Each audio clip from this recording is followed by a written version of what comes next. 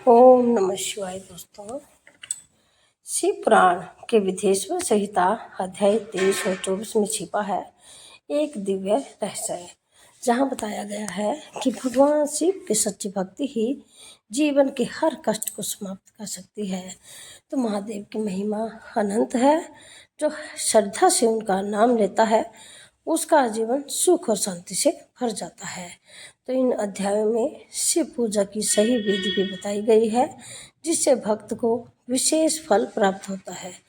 बस एक सच्चा मन और ओम नमः शिवाय का जाप, यही है जीवन को सफल बनाने का मार्ग।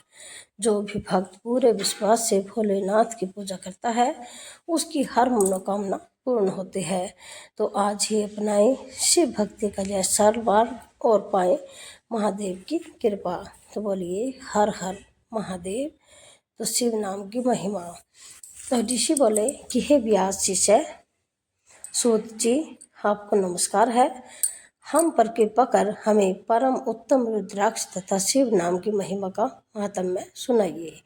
तो सूत जी बोले, हे ऋषियों, आपने बहुत ही उत्तम तथा समस्त लोगों के हित की बात पूछी है।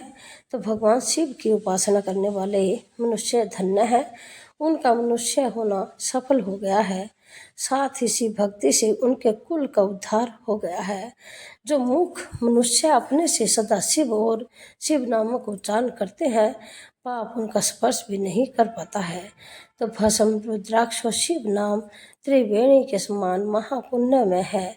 इन तीनों के निवास और दर्शन मात्र से ही त्रिवेणी के स्नान का फल प्राप्त हो जाता है। तो इनका निवास जिसके शरीर में होता है उसके दर्शन से ही सभी पापों का विनाश हो जाता है। तो भगवान शिव का नाम गंगा है, विभूति भस्म यमुना मानी गई है तथा रुद्राक्ष को सरस्वती कहा गया है। इनकी संयुक्त त्रिवेणी समस्त पापों का नाश करने वाली है। कि हे श्रेष्ठ ब्राह्मणों, इसकी महिमा सिर्फ भगवान महेश्वर ही जानते हैं। यह शिव नाम का महात्म्य समस्त पापों को हर लेने वाला है। तो शिव नाम अग्नि है और महापाप पर्वत। इस अग्नि से पाप रूपी पर्वत जल जाते हैं। शिव नाम को जपने मात्र से ही पाप मूल नष्ट हो जाते हैं। जो मनुष्य इस पृथ्वी लोक में भगवान शिव के जाप में लगा हुआ है वह विद्वान, पुण्यात्मा और वेदों का ज्ञाता है। तो उसके द्वारा किए गए धर्म कर्म फल देने वाले हैं। जो भी मनुष्य शिव नाम रूपी नौका पाकर भव सागर को तर जाते हैं, उनके भव रूपी पाप निसंदेह ही नष्ट हो जाते हैं। उनके भाव रूपी पाप निसंदेह नष्ट हो जाते हैं। जो पाप रूपी दावा नल से पीड़ित है उनके शिव नाम रूपी अमृत का पान करना चाहिए। हे मुनीश्वरों, जिसने अनेक जन्मों तक तपस्या की है उसे ही पापों का नाश करने वाली है शिव भक्ति प्राप्त होती है। जिस मनुष्य के मन में कभी न खंडित होने वाली शिव भक्ति प्रकट हुई है उसे ही मोक्ष मिलता है। जो अनेक पाप करने पर भी भगवान शिव के नाम जप में आदर पूर्वक लग गया है, वह समस्त पापों से मुक्त हो जाता है। जिससे जरा भी संदेह नहीं है, यानी कि संशय नहीं है।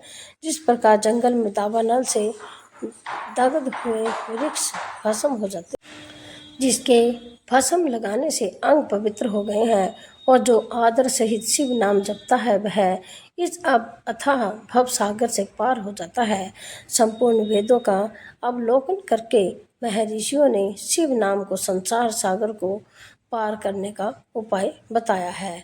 तो भगवान शंकर के एक नाम में भी पाप को समाप्त करने की इतनी भक्त शक्ति है कि उतने पातक कभी कोई मनुष्य कर ही नहीं सकता।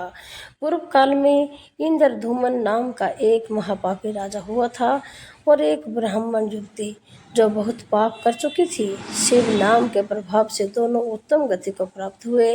हे द्विजों, इस प्रकार मैंने तुमसे शिव नाम की महिमा का वर्णन किया है।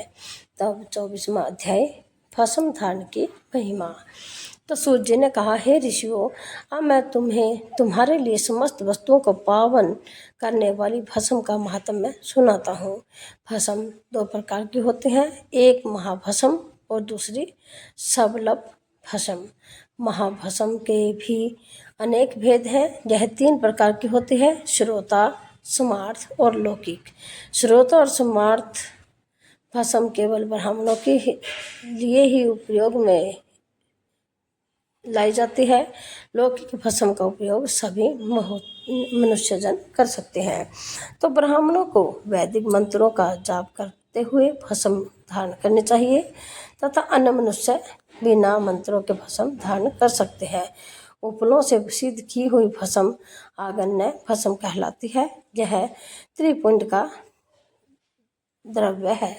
अन्य यज्ञ से प्रकट हुई भस्म भी त्रिपुंड धारण के काम आती है। जाबाली उपनिषद के अनुसार अग्नि इत्यादि मंत्रों द्वारा 7 बार जल में भिगोकर शरीर में भस्म लगाए। तीनों संध्याओं में जो भी शिव भस्म से त्रिपुंड लगाता है वह सब पापों से मुक्त होकर शिव की कृपा से मोक्ष पाता है। त्रिपुंड और भस्म लगाकर विधि पूर्वक जाप करें। भगवान शिव और विष्णु ने भी त्रिपुंड धारण किया है। अन्य देवियों सहित भगवती उमा और देवी लक्ष्मी ने इनकी प्रशंसा की है। ब्राह्मणों, क्षत्रियों, वैश्यों, शूद्रों, वर्णशंकरों तथा जाति भ्रष्ट पुरुषों ने भी उद्लूदन एवं त्रिपुंज रूप में भस्म धारण की है। महर्षियों, इस प्रकार संपेक्ष में मैंने त्रिपुंज का महात्म्य बताया है। यह समस्त प्राणियों के लिए गोपनीय है। ललाट अर्थात माथे पर भौहें के मध्य भाग में भौहें के अंत भाग जितना बड़ा त्रिपुंज ललाट में धारण करना चाहिए। मध्यमा यानी कि अनामिका उंगली से 2 रेखाएं करके अंगूठे द्वारा बीच में सीधी रेखा त्रिपुंड कहलाती है। त्रिपुंड अत्यंत उत्तम तथा भोग और मोक्ष देने वाला है। त्रिपुंज की एक एक रेखा में 9 देवता हैं जो सभी अंगों में स्थित है। प्रणव का प्रथम अक्षर आकार रह पतय अग्नि पृथ्वी धर्म ऋषि वेद क्रिया शक्ति प्रातः संबंध तथा महादेव ये त्रिपुंज की प्रथम रेखा के 9 देवता हैं। प्रणव का दूसरा अक्षर दक्षिणाग्नि आकाश सत्वगुण मध्य दिन सावन वेद इच्छा शक्ति अंतरात्मा तथा महेश्वर ये दूसरी रेखा के 9 देवता हैं। प्रणव का तीसरा अक्षर आवाहनी अग्नि परमात्मा तमोगुण धूलोक ज्ञान शक्ति सामदेव तृतीय सवन तथा शिव ये तीसरी रेखा के 9 देवता हैं। तो प्रतिदिन स्नान के शुद्ध होकर भक्ति सागर से भक्ति भाव से त्रिपुंज में स्थित देवताओं को नमस्कार कर त्रिपुंज धारण करें तो भोग और मोक्ष दोनों की प्राप्ति होती है। भस्म को 32, 16, 8 तथा 5 स्थानों में धारण करें। सिर, माथा, दोनों कान, दोनों आंखें, नाक के दोनों नथुने, दोनों हाथ, मुंह, कंठ, दोनों कोहनियों, दोनों भुजदंड, हृदय, दोनों बगल, नाभि, दोनों अंडकोश, दोनों उरु, दोनों घुटने, दोनों पिंडी, दोनों जांघों और पांव आदि 32 अंगों में क्रमशः अग्नि, वायु, पृथ्वी, देश, 10 दिशाएं, 10 दिक्पाल, 8 वसुंधरा, लोभ, सोम, हम, अग्नि, प्रातःकाल इत्यादि का नाम लेकर भक्ति भाव से त्रिपुंज धारण करें अथवा एकाग्रचित्त हो 16 स्थान में ही त्रिपुंज धारण करें। सिर, माथा, कंठ, दोनों कंठों, दोनों हाथों, दोनों कोहनी, दोनों कलाइयों, हृदय, नाभि, दोनों पसलियों में पीठ में त्रिपुंज लगाकर इन 16 अंगों में धारण करें।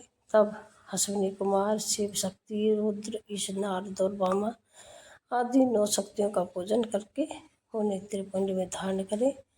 सिर, बालों, दोनों कान, मुंह, दोनों हाथ, हृदय, नाभि और युगल, दोनों पिंडी एवं दोनों पांवों इन 16 अंगों में क्रमशः शिव, चंद्रमा, रुद्र, ब्रह्मा, गणेश, लक्ष्मी, विष्णु, शिव, प्रजापति, नाग, दोनों नाग कन्या, ऋषि कन्या, समुद्र, तीर्थ इत्यादि के नाम स्मरण करके त्रिपुंज भस्म धारण करें। माथा, दोनों कान, दोनों कंधे, छाती, नाभि एवं अंग आदि 8 अंगों में सप्तऋषि ब्राह्मणों का नाम लेकर भस्म धारण करें।